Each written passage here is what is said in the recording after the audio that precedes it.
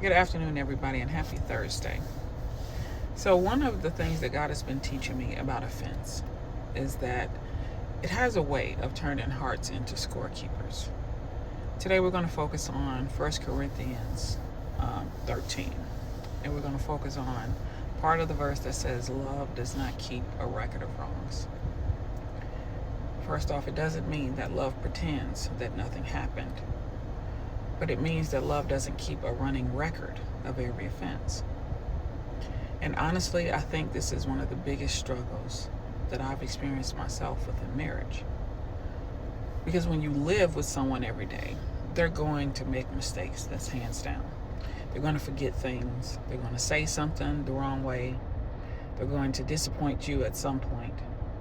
But then the question becomes, what are you doing in those moments? Are you taking them to God, or are you storing them away? Because what happens is every disagreement gets added to a mental file cabinet, which eventually turns every new conversation into something that gets filtered through old pain. It's not just about today's disappointment, though. It's going to be about what happened last week, last month, maybe even 5 years ago.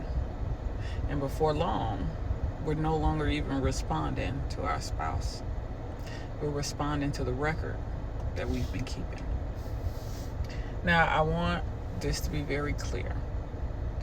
This doesn't mean that we ignore sin or pretend that unhealthy patterns don't exist, because that wouldn't be wise. Healthy marriages have honest conversations. They establish boundaries when needed, and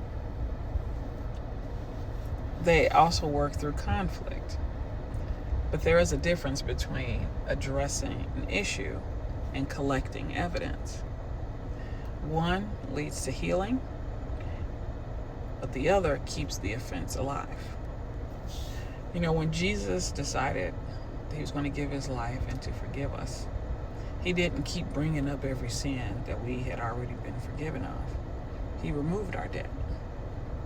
And as wives, and even husbands if you're watching, we're called to reflect that same kind of grace.